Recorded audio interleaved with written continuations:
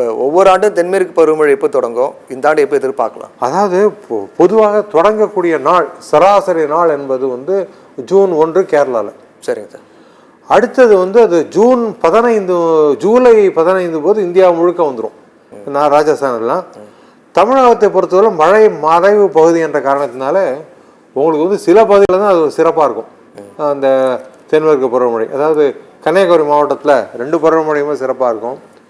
அதே போன்று நீலகிரி மாவட்டத்தில் மேற்கு பார்த்த சிகரங்கள், அப்புறம் வந்து வால்பாறை, அந்த சின்ன கல்லார் போன்ற பகுதிகள், கோவை மாவட்டம், இங்கெல்லாம் நல்ல மழை பெய்யும், நல்ல மழை இருக்கும் அந்த காலகட்டங்களில்.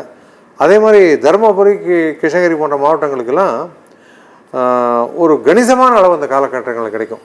ஒரு ஆண்டு மழையில் ஒரு 40 விழுக்காடு அந்த அளவுக்கு அங்கே கிடைக்கும். அதெல்லாம் முக்கியமான பகுதிகள்.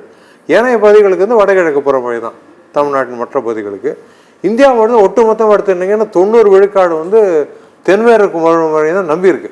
ஓகே. தமிழகத்தினுடைய இந்த பகுதியும், அப்புறம் ஜம்மு அண்ட் காஷ்மீரில் அந்த மேற்கத்திய சலனங்கள்னு ஐரோப்பாவிலேருந்து வரக்கூடிய சலனங்கள், அதான் பெரும் மழையை கொடுக்கக்கூடிய நிகழ்வுகள். மற்றபடி இந்த இந்தியா முழுதுமே பார்த்தீங்கன்னா தென்மேற்கு பருவமழை தான் முக்கியமான நீர் ஆதாரம். அதான் இந்த ஆண்டு அது கரெக்டாக சிறப்பாக இருக்குன்னு எதிர்பார்க்கப்படுகிறது. இப்போ பெங்களூர்ல வரலாறு காணாத ஒரு வறட்சி நிலவி சார். அங்க தண்ணீர் பஞ்சம் ரொம்ப கடுமையா இருக்கு. நிறைய கட்டுப்பாடுகள்லாம் விதிக்கிறாங்க. வாகனங்கள் கழுவக்கூடாது அப்படின்னு நிறைய விசித்திரமான கட்டுப்பாடுகள்லாம் விதிக்கிறாங்க. இப்ப அதை தொடர்ந்து மேட்டூர் அணையில தண்ணி குறைஞ்சிருக்கு.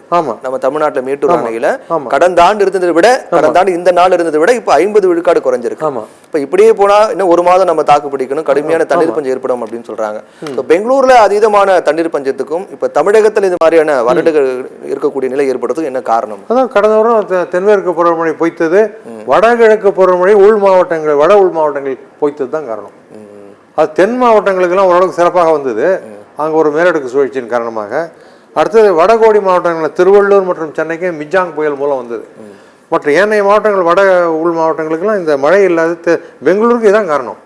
ஸோ இந்த வருடம் தென்மேற்கு பருவமழை சிறப்பாக இருக்கும் என்ற எதிர்பார்ப்பின் காரணமாக அவருடைய தண்ணீர் தேவையை பூர்த்தி செய்யும் அந்த ஜூன் 1 எதிர்பார்க்கக்கூடிய சராசரி நாள், ஜூன் 1 கொஞ்சம் முன்னாடியும் ஆரம்பிக்கலாம் பின்னாடியும் ஆரம்பிக்கலாம். அதை வந்து அந்த டைம்லாம் பார்த்துக்கணும்.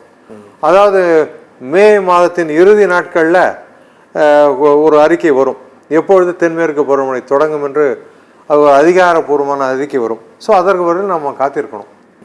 அதுதான் தொடங்கக்கூடிய நாள். ஆனால் அந்த சீசனல் ஃபோர்காஸ்ட்னு சொல்லக்கூடிய மழை எந்த அளவுக்கு இருக்கும் என்று எதிர்பார்க்கும் போது நீண்ட கால வானிலை இருக்குன்னு சொல்லுவாங்க. அதன்படி பார்க்கும் பொழுது இந்த வருடம் தென்மேற்கு பருவமழை நன்றாக இருக்கும் என்றதை நம்பப்படுகிறது. இந்த மழை பொழிவு அதிகமானாலும் சரி, வெயில் அதிகமானாலும் சரி, எல்லாமே ஆபத்து தான். சரியான அளவு இருந்தால் மட்டும்தான் அது மக்களுக்கு ஏற்ற வகையில் இருக்கும். இப்போ சில இடங்கள்ல மழை பொழிவு குறிப்பிட்ட சில இடங்கள்ல ரொம்ப அதிகமா இருக்கு, குறிப்பிட்ட சில இடங்கள்ல மழை பொழிவு இருக்க மாட்டேங்குது. இந்த மாதிரி பாகுபாட்டுக்கு என்ன காரணம் சார்? சரி, உங்களுக்கு வந்து அந்த நிகழ்வு நம்ம கிட்ட வந்ததுன்னா மழை, நம்ம சப்போஸ் ஒரு தாழ்வு பகுதி உருவாருது, வங்கக்கடல் தென் சீன கடல் பகுதியிலேருந்து வருது, அது நம்ம கிட்ட வராத, அது அப்படியே ஆந்திராவுக்குள்ள போய் நம்மளுக்கு மழையே இருக்காது, அங்கே அதிகமாக பெய்யும். அதை செலுத்தக்கூடிய காற்று அந்த இடத்துல தள்ளின்னு போடுறது, அவ்வளோதான். ஸோ அதனால் ஒரு நிகழ்வு வருகிறது, அது எவ்வாறு வலுப்பெறுது, நல்ல வலுப்பெற்றுதுன்னா அதை வடக்கு நோக்கி தான் போகும், ஒரிசா அப்படிங்கன்னு போயிடும். அதை செலுத்தக்கூடிய காற்று எந்த பகுதிக்கு செலுத்துகிறது, இதுதான் காரணம்.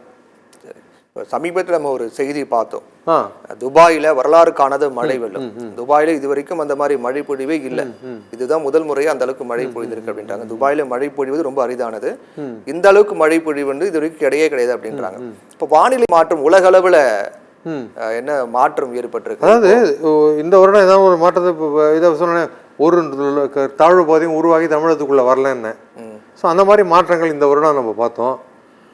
கடந்த வருடம் வந்து இந்த மேற்கத்திய சலனங்கள் சொல்லுவோம், அந்த ஐரோப்பாலேருந்து வருது, அது பொதுவாக தென்மேற்கு பருவமழை காலங்களில் இமாச்சல் பிரதேஷ் உத்தராகண்ட்லாம் வராது, கடந்த வருடம் வந்தது. அது மாதிரி அந்தந்த இதெல்லாம் புதியதாக இருக்குது. ஸோ இந்த மாதிரி ஒவ்வொரு வருடம் என்ன புதுசாக நடக்குதுன்னு பார்த்து கொண்டு இருக்க வேண்டியது தான்.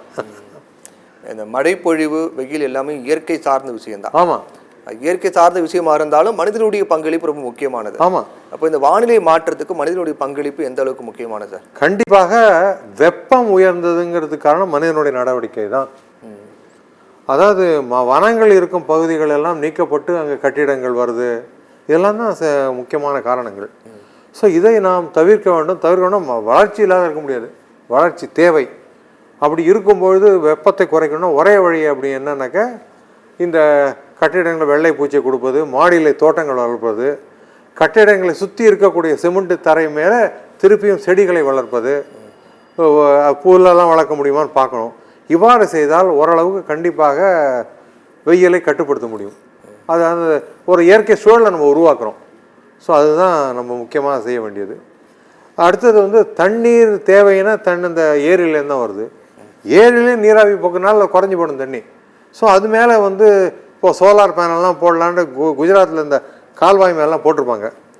சில இடத்துல கூட அந்த மாதிரி சோலார் பேனலையே மிதக்கக்கூடியதை வந்து இந்த நீர்நிலை மேலே வைக்கின்றார்கள். ஸோ அதன் மூலம் கீழே இருக்கக்கூடிய நீராவி போக்கை குறைத்து அந்த மாதிரி கட்டுப்படுத்தலான்னு சொல்கிறாங்க. நம்மளுக்கு நம்ம எலக்ட்ரிசிட்டி செல்லக்கூடிய மின்சக்தியும் கிடச்சிடுறது. இந்த மாதிரி யோசிக்கணும். இல்லை உங்களுக்கே வேறு ஐடியா தோணுன்னா அதை கூட நீங்கள் திங்க் பண்ணி பார்க்கலாம் என்ன பண்ணலான்ட்டு. அதுதான்.